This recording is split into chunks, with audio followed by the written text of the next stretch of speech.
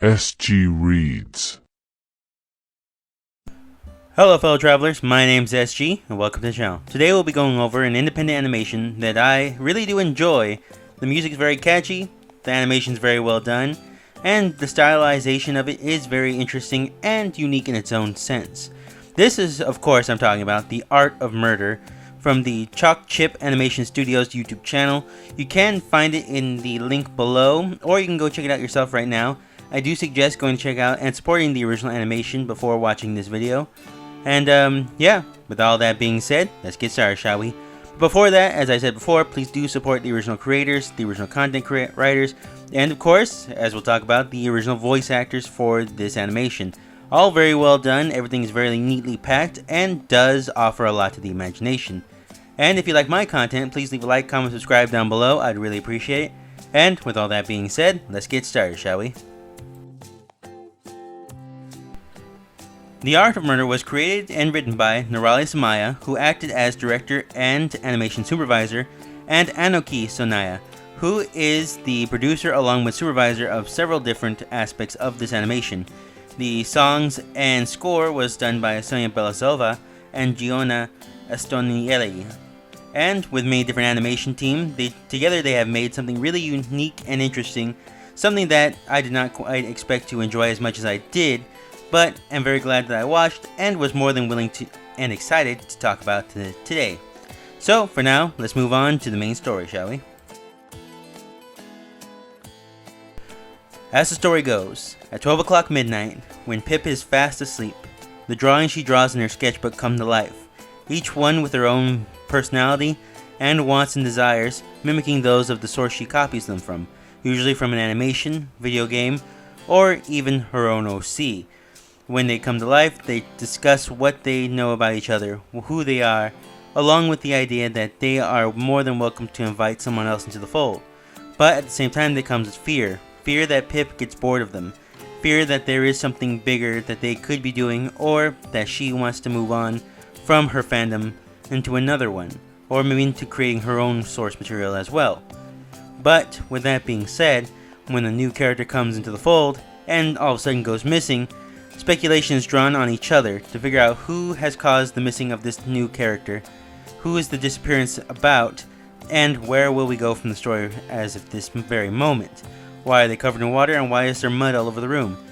With that being said, that is the main part of the story. It is very well done, very interesting, and I do appreciate the different animations and art styles that come along the way, but we'll talk about that in a minute. The story is very unique while at the same time feeling very familiar, relying and kind of nodding to the sources that it takes from, such as Toy Story and other sources such as that. So, with all that being said, the story is very good, interesting, and does keep me involved for the most part. For now, we shall move on to the animation. Now, when it comes to voice actors and main characters, we do get a vast variety of different, you could say, genres of fandoms you would have growing up. And we do get very well talented voice actors offering their talents in this scenario, each one bringing to life and giving a personality to each character, such as Joey Richter as Giorgio. Now, Joey Richter, you may know him from Glee or several other projects along the way, but in this one, Giorgio is more of a video game Ace Attorney protagonist. Not the most popular, but is definitely favored by Pip, as we know from the other characters.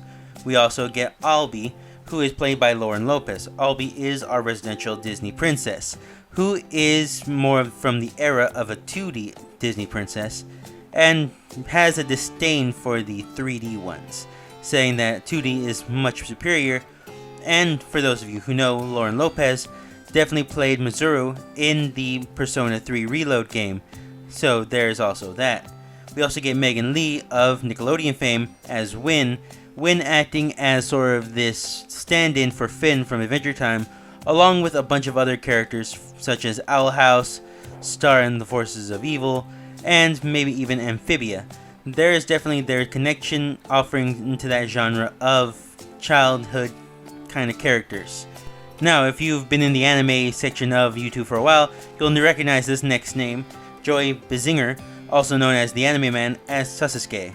Now, Sasuke in this universe is a stand-in for Naruto in a way, and Sasuke.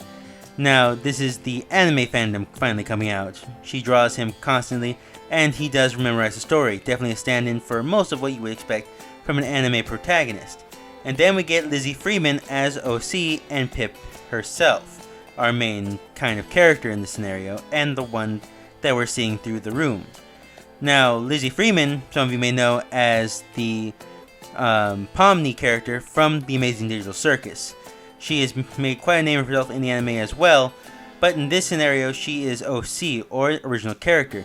A character that hasn't really been quite defined by Pip, and is something that's new, and kind of gives a fright to all the other characters, mainly because of all the possibilities that come with creating an OC.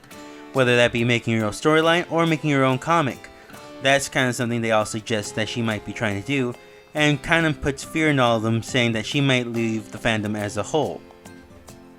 Each one of these characters is very well done, very interesting, and has their own storylines and wants, while at the same time we can see their fear and different perspectives of them. It does give something new and interesting to each kind of genre, and it's just fun to kind of see where we may have had our own kinds of stepping stones into where we are now. I definitely remember liking Adventure Time myself, along with liking Dragon Ball as an anime fan, and even liking several Disney projects such as Treasure Planet.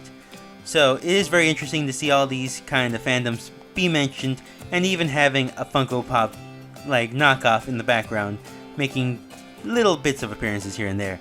So the characters themselves are very fun, very well done, and you kind of want to see where they all goes from here, and are very sad when something happens to him. So when OC is out of the picture, it does kind of give you a shock, and makes you want to understand what's happening to the story overall. Now, the animation itself is very well done, very clean, very to the point, and does offer a lot in visual references, along with adding its own flair to the thematics of it all. Narali Somaya, as I said before, is the animation supervisor, leading a team of very skilled and well-adjusted animation professionals, I could tell. This is very well done, very interesting, very fun, very colorful, and very bubbly, if you will. They do offer themselves a very fluid way of the animation, each character having its own stance and its own style. As I've said before, the way that a character walks is pretty much how you define a character as a trait. Mainly because once you know how it walks, and if it is different from all the other ones, that does give it its own personality. Sometimes it's reserved, sometimes it's very elegant, and sometimes it's very silly. But the fact that they managed to mimic all this and give it its own flair show us that there is a lot of skill in this animation team, and that there was definitely an idea of what they wanted. So for the most part, the animation is very smooth, very interesting, and does offer a lot visually wise, making it very appealing, and at the same time making it more than enough to keep you entranced, let alone the story. The sounds and songs by Sonia Belasova and Giona Estelnina. There is a lot of music in this. That is needless to say. There is definitely a lot of music, a lot of sounds that need to be said, and it does keep you intact with the story.